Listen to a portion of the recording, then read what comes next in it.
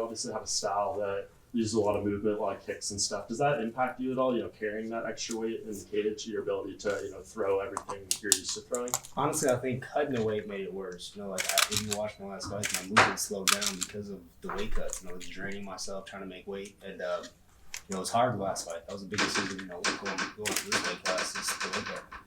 Yeah, and when you do look back at the last fight, obviously the way it ended, you kind of called it off with that. Were you happy that he made that choice for you? Obviously, he needs to look out for your best interest, but I'm sure part of you wants to keep fighting as well. You know what? Me and Duke's been through so much, man. The highest highs, lowest lows. We've been to the after party with the belt, and then we've been to the hospital with the loss. So I trust his opinions.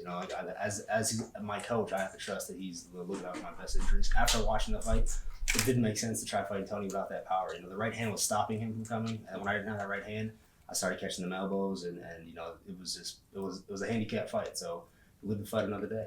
Yeah, and you mentioned Tony. It seems like he's going through a lot right now. Have you caught wind of any of that? And do you have any thoughts or any message you want to maybe share with him? Man, just take your time, bro. He's an amazing fighter, obviously a great competitor, a guy that I fought, and would love to see it in the octagon and fight again. But this health comes first, man. So hopefully he gets better and takes care of his health. You ever fought in Nashville before? Never. I've never been in Nashville. This is my second time besides the press conference, but it's just amazing here, man. Cool city. What do you think? I think this is the fourth time he's kind of been in Nashville. What do you think of it as just a city, a potential location for more? Yeah, man. After being here, I went to the hockey game, and the fans are crazy, bro. So if it's anything like that for UFC, I think it'd be amazing. You mentioned Duke, and I've noticed in the gym that you guys have a respect for him that I haven't seen in a lot of other gyms. I'm curious where that comes from and why there's that camaraderie there that isn't in other gyms. Yeah, I think his leadership. It's like a guy. A lot of the MMA coaches that I've been around, and it's rare to find one that compete at the highest level like Duke has, and obviously in his specialty. And then have a kickboxing coach tell you to take somebody down, tell you to grapple in. He's just a smart man. I think his drive to be a great coach, feeds into us as fighters. So you feel it. You feel his. He's studying film. He's out here. He'll be watching film all day. He'll be sending you videos. So you just thrive off of that. And I think everybody on our team feels it. And obviously this is a different weight cut for you. So can you kind of explain the differences you've seen so far? I just had breakfast and I couldn't finish it. That's how good this weight cut's going. So I'm still doing a cut. I didn't want to come in small because Wonderboy's a big guy. I'm not fighting number 30 in the division. It's number 4 in the world at 170 pounds. So I gotta come prepared. So I'll be cutting about 6 pounds today, and then that's the easiest I've ever had. And I'm watered up and a lot of food, so it feels amazing to have energy to do this and feel good.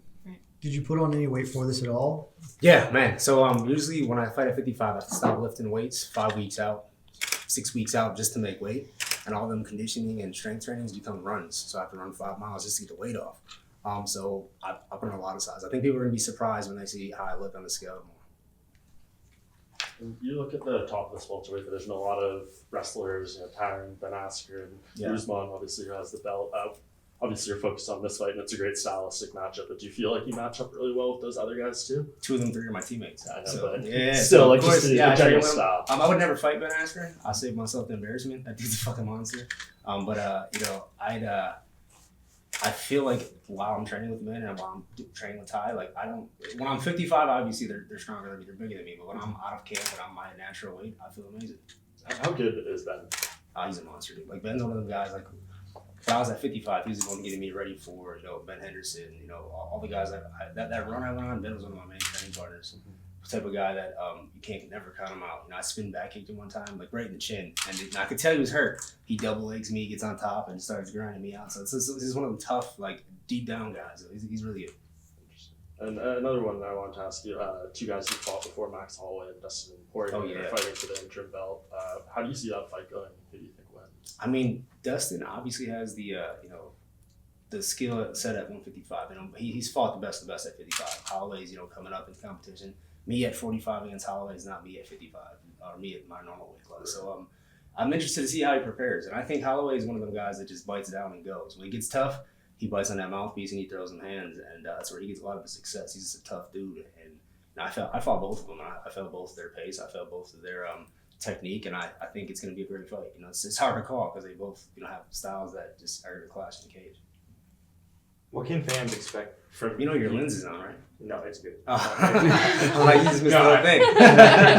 It's good. But actually, so what can fans expect from this fight between you and Wonderboy? It's awesome styles between you two. What kind of fireworks can we expect to see? Yeah, I mean, I know what I'm coming to do. I'm coming to try knocking this guy out. I respect him, and I've been saying in every interview, like, I'm a fan of his style. I watched him, my career and his career, and to see the traditional martial arts have that success in the octagon, I'm a fan. But I'm coming to try knocking this guy out. I know he's going to do the same. So we respect each other, but we're trying to finish each other. So when you win on Saturday, what's next? Because as you mentioned, two of the top guys in the division, training partners, teammates. Doesn't seem like you want to fight either of them.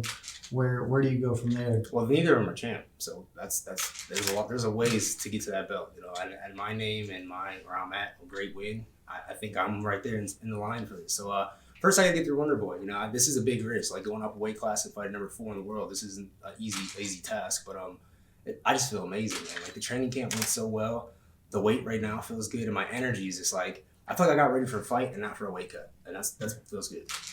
Why go up in weight? Why'd you kind of? I fought everybody at 55. There's kind of like a log jam for that title shot too, so I'm not fighting backwards. Like I would never fight somebody behind me unless it's gonna make me advance in my ranking. They offered me some 55 guys. It wasn't interesting. I wasn't interested. I wasn't passionate about it. I saw Wonderboy didn't have an opponent, so I'm like, let me throw it out there and see what happens. And 2 weeks later, I got a contract. What are your thoughts on a 65? It's obviously been a big talk about a 165 division. Kind of feels like it might fit really well for you with what you've been saying, kind of about the weight cut and how you feel. Is that something you'd like to see? I mean, I don't need it. Like, I think I can go up 5 more pounds and fight at 70. Like, it's not a big deal. And it just depends who I fight. A 70 wrestler, I think, is different than a 70 striker. It's a different pace, a different level of training for that. So, if they do a 65, yeah, of course, let's give those more options. I think for me, I want to stay busy, and I don't want to take 2 months to make weight and then have like a couple weeks of actual technical training to get better as a fighter.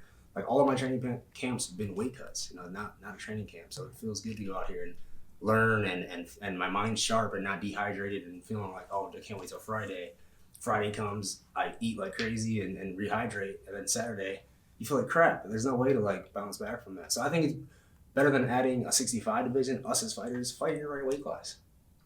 You see like Kevin Lee moving up now to fight soon. So it seems like there's a trend that's happening more and more. RDA, you're doing it now. Yeah. It seems like fighters are getting more conscious. You can either lose and feel good fighting, or you can you go out there and lose and be dehydrated and like, damn, I shouldn't have cut that much weight. So your choice is yours. Yeah. Right. Good. All right, guys. Thank you. See you Saturday.